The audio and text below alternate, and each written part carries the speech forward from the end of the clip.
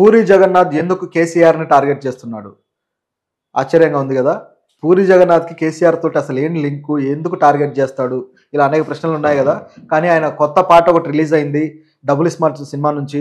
So ఆ పాటలో పూరి జగన్నాథ్ కేసీఆర్ని కొద్దిగా టార్గెట్ చేసినట్టుగా కనిపిస్తుంది. అంటే ఇది కేవలం ఈ పాటకు సంబంధించే కాదు, కానీ గతంలో కూడా కేసీఆర్ తన సినిమాల్లో కేసీఆర్ అలాగే ఈ తెలంగాణ ఉద్యమానికి సంబంధించి కొన్ని వివాదాస్పదమైన విషయాల్ని పూరి జగన్నాథ్ చూపిస్తున్నాడు అంటూ కొన్ని వార్తలు సోషల్ మీడియాలో కావచ్చు, ఇట్లా పత్రికల్లో కావచ్చు కనిపిస్తూ ఉన్నాయన్నమాట.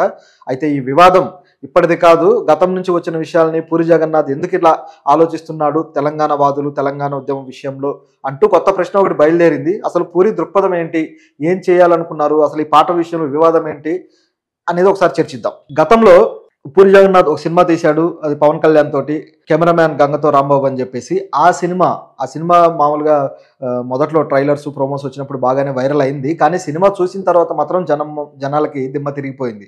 ఎందుకంటే ఆ సినిమా థీమ్, అసలు ఏ థీమ్ మీద ఆ సినిమా తీశారనేది ఆ రోజుల్లో పెద్ద చర్చనీయాంశమైంది.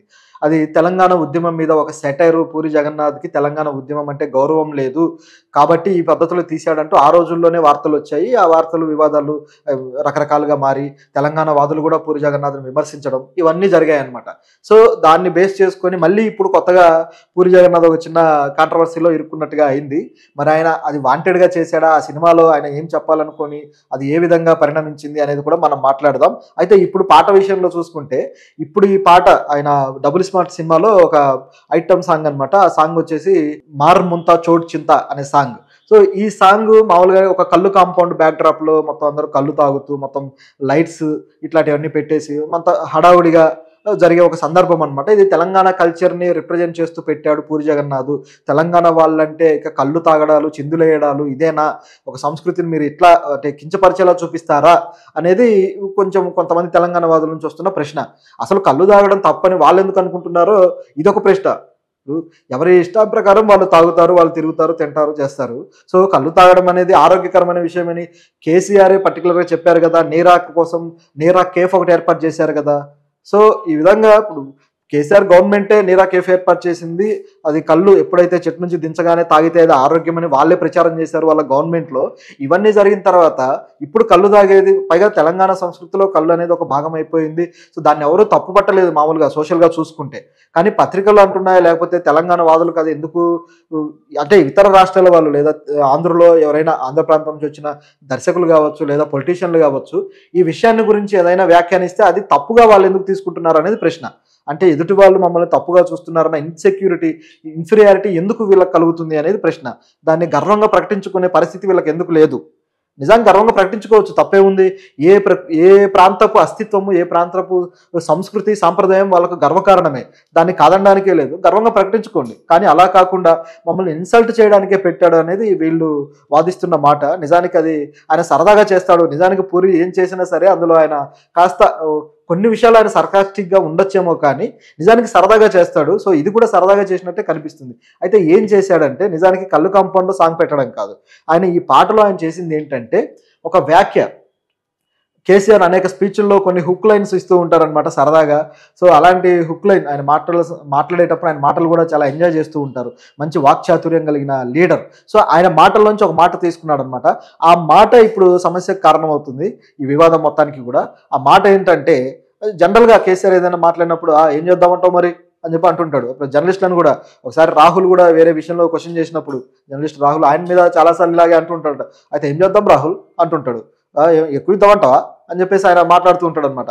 ఇట్లా ఏం చేద్దామంటావు మరి అనే పదాన్ని పట్టుకొని ఇప్పుడు ఈ పదం తీసుకొచ్చి పూరి దాంట్లో పెట్టాడనమాట. ఆ పాట మధ్యలో ఒక హుక్ లైన్గా వాడాడు. ఈ సరదాగా చేసే పని పూరి జగన్నాథ్. ఈ గతంలో కూడా మహేష్ బాబుతో తీసిన సినిమా బిజినెస్ మ్యాన్లో కూడా మహేష్ బాబుతో డైలాగ్స్ చెప్పించాడు. కొన్ని డైలాగ్స్, నీ టార్గెట్ 10 మైల్స్ అయితే aim for the 11th mile అని ఇట్లాంటి కొన్ని డైలాగ్స్ పెడుతూ ఉంటాడు. అది సరదాగా చేసే పని. కానీ ఈయన ఆ సందర్భానికి కుదిరింది అని చెప్పేసి పూరి జగన్నాథ్ పెట్టడం జరిగింది. కానీ అది వివాదాస్పదమైంది అనమాట. కేసీఆర్ని ఎందుకు టార్గెట్ చేస్తున్నాడు, గతంలో కూడా ఈ కేసీఆర్ క్యారెక్టర్ని గంగతో రాంబాబు సినిమాలో చూపించాడని చెప్పేసి, అట్లాగే కేటీఆర్ క్యారెక్టర్ని ప్రకాష్ రాజ్ క్యారెక్టర్ లాగా పోర్ట్రేట్ చేసి, సో వాళ్ళని ఒక నెగిటివ్ క్యారెక్టర్లకి వీళ్ళని ఒక రిజంబ్లెన్స్గా చూపిస్తూ ఆ విధంగా చేశాడని చెప్పేసి కొంత వాదన కూడా ఉందన్నమాట. అండ్ తెలంగాణ ఉద్యమాన్ని కాస్త కించపరుస్తూ ఆ సినిమాలో సీన్లు ఉన్నాయి అన్నట్టుగా కొందరు ఆరోపించారు. అయితే అందులో డైలాగ్స్, ముఖ్యంగా ఈ వివాదానికి కారణమైన డైలాగ్స్ కూడా అదేంటంటే ఒక రాష్ట్రాన్ని విభజించాలి అనే థీమ్ తోటే నడుస్తుంది. అట్లాగే తెలంగాణ తల్లి ఆంధ్ర తల్లి అనే ఒక క్లైమాక్స్లో ఒక డైలాగ్ ఉంటుందన్నమాట. మరి తెలంగాణ తల్లికి ఆంధ్ర తల్లి ఏమవుతుంది, ఆంధ్ర తల్లికి తమిళనాడు తల్లి ఏమవుతుంది, ఇట్లాంటి ఒక డైలాగ్స్ ఉంటాయన్నమాట సెటైరిక్గా. నిజానికి ప్రాంతీయతత్వం, ఈ విగ్రహ రాజకీయము ఇలాంటి ఒక సాంస్కృతిక సింబల్గా మనం కొన్ని ఎంచుకునే విషయంలో మనమే కాస్త అన్నెసెసరీ యాంగిల్లో ఆలోచిస్తున్నామేమో అనిపిస్తుంది. ఎందుకంటే ఇప్పుడు తెలంగాణ తల్లి, తెలుగు తల్లి, భారతమాత ఇవన్నీ కూడా ఒక పనికిమాలిన ఆలోచనలు తప్ప మరొకటి కాదు. అంటే సింబలైజ్ చేసుకొని, అంటే మన స్ఫూర్తిని సింబలైజ్ చేసుకోవడానికి ఒక డిజైన్ చేస్తాం. అసలైన స్ఫూర్తిని వదిలేసి ఈ విగ్రహాలకి లేదా ఆ డిజైన్ చేసుకున్న ఎంబ్లమ్స్కి మనం దండాలు దశకాలు పెట్టి వాటిని గొప్పగా చూస్తూ ఉంటాం అన్నమాట. నిజానికి గొప్పగా చూడాల్సింది ఈ స్ఫూర్తిని కలిగించే ఏదైతే ప్రజానికం ఉన్నారో వీళ్ళని మనం గొప్పగా చూడాలి. పోరాడిన వ్యక్తులని, ఎంతోమంది గతంలో పోరాడి ఉంటారు, వాళ్ళని స్ఫూర్తిగా తీసుకోవాలి, వాళ్ళని గొప్పగా చూడాలి. ఇదంతా వదిలేసి ఇలాంటి తయారు చేసుకొని భారత్ మాతకి జై అనకపోతే కొడతాడు ఒకడు. అరే నువ్వు ముందు పేద ప్రజలకి, ఆ చుట్టూ ఉన్న వాళ్ళకి, వాళ్ళని ఆదుకోవడానికి మాత్రం ఎలాంటి సిస్టమ్ ఉండదు, ఎలాంటి ప్రయత్నం ఉండదు. కానీ అలా అనాలనేది ఒక అంటే పిడివాదపు వ్యవస్థల లేదా ఒక పిడివాదపు ఐడియాలజీ అనమాట. ఇది అనవసరం నిజం చెప్పాలంటే. సరే ఏదో ఇప్పుడు మేము స్ఫూర్తి పొందుతున్నాము, మీకేంటి సమస్య అనుకుంటే ఓకే, ఇక దానికి ఎవరు చేసేదేం లేదు, స్ఫూర్తి పొందొచ్చు. కానీ మీ ప్రాంతపు తల్లి కన్నా మా ప్రాంతపు తెలంగాణ తల్లి గొప్ప, లేదా మీ ప్రాంతపు ఆంధ్ర తల్లి తక్కువ, లేకపోతే మీ ప్రాంతపు తమిళనాడు తల్లి తక్కువ, ఈ వాదనలు, ఈ విద్వేషం అనేది చాలా తప్పుడు విషయం అనమాట. దాన్ని క్వశ్చన్ చేస్తూ ఆయన పెట్టడం జరిగింది. ఆయన వాదన కొద్ది గొప్ప కరెక్ట్గానే ఉంది. కాకపోతే ఆ థీమ్ ఏదైతే ఉందో ఆ థీమ్ కాస్త ఆయన ఈ మితిమీరిన ప్రాంతీయతత్వాన్ని ఆయన వ్యతిరేకిస్తూ ఆ సినిమా తీయడం వల్ల దాన్ని కొంచెం తప్పు పట్టారనమాట. అంటే ఆ టైంలో అది కాస్త వైరల్ కంటెంట్ కాబట్టి, ఆ టైంలో జరుగుతూ ఉంది కాబట్టి, పైగా ఈ ప్రాంతీయతత్వానికి సంబంధించి గతంలో కూడా కొన్ని రాష్ట్రాల్లో కాస్త మితిమీరిన అల్లర్లు, ఉద్యమాలు జరిగాయి కాబట్టి దాన్ని ఆయన ఒక థీమ్గా తీసుకొని చెప్పి పెట్టడం జరిగింది. నిజానికి తెలంగాణ తత్వాన్ని లేదా తెలంగాణ రాష్ట్ర ఏర్పాటును విమర్శించడం కాదు, ఎప్పుడైతే మితిమీరిన ప్రాంతీయతత్వం ఉంటుందో, నిజానికి ప్రాంతీయతత్వం ఉండొచ్చు. ప్రాంతీయతత్వం అంటే నా ప్రాంతం గొప్ప లేదా నా ప్రాంతవాసులు గొప్ప అనుకునే తత్వం ఎప్పుడు తప్పు కాదు, నా సంస్కృతి గొప్ప అనుకోవడం తప్పు కాదు. కానీ కంపారిటివ్లీ ఎప్పుడైతే కంపారిజన్ చేసి మీ ప్రాంతపు సంస్కృతి వేస్ట్, లేదా మీ ప్రాంతపు ఆచరణ పద్ధతులు కావచ్చు, లేదా మీ ప్రాంత ప్రజలు కావచ్చు, లేదా మీ ప్రాంతపు పద్ధతులు ఏదైనా అవి వేస్ట్, అవి పనికి మాలినవి, అవి మాకన్నా తక్కువ, మాకన్నా దిగజారుడు స్థాయివి అని ఎవరైతే అంటారో దాన్ని మితిమీరిన ప్రాంతీయతత్వం అనాలి, లేదా ప్రాంతీయ దురహంకారం అనాలన్నమాట. సో ఇలాంటి పరిస్థితి కొన్ని సందర్భాల్లో కొంతమంది ప్రాంతీయవాదుల్లో చూసాం. ముఖ్యంగా మహారాష్ట్రలో చూసుకుంటే, మహారాష్ట్రలో బాల్ ఠాక్రే అలాగే తన ముంబై వాసులకి, మహారాష్ట్ర వాసులకి అన్ని విషయాల్లోనూ ఫస్ట్ స్టాండర్డ్ ఉండాలి, ఫస్ట్ అవకాశాలు వాళ్ళకే ఉండాలంటూ ఆయన పోరాటం మొదలుపెట్టి చివరికి ఇతర ప్రాంతాల వాసుల్ని, ముఖ్యంగా ముంబైలో సెటిల్ అయిన తమిళులని, ఇట్లా ఇతర ప్రాంత వాసులందరినీ విద్వేషించడం, విద్వేషపూరితంగా చూడడము, వాళ్ళ మీద దాడులు చేయడము, ఇట్లా అరాచకతత్వం నెలకొందనమాట. కొన్ని సందర్భాల్లో ఇప్పుడు స్కిల్ ఎవరికి ఎక్కువ ఉంటే వాడు అవకాశం సంపాదించుకుంటాడు, కానీ అలా కాకుండా వాళ్ళ మీద దాడులు చేసి మేమే ఇక్కడ ఉండాలన్నట్టుగా. సో ఈ భారతదేశ రాజ్యాంగం అందరికీ అన్ని ప్రాంతాల్లో నివసించే హక్కు ఇచ్చింది.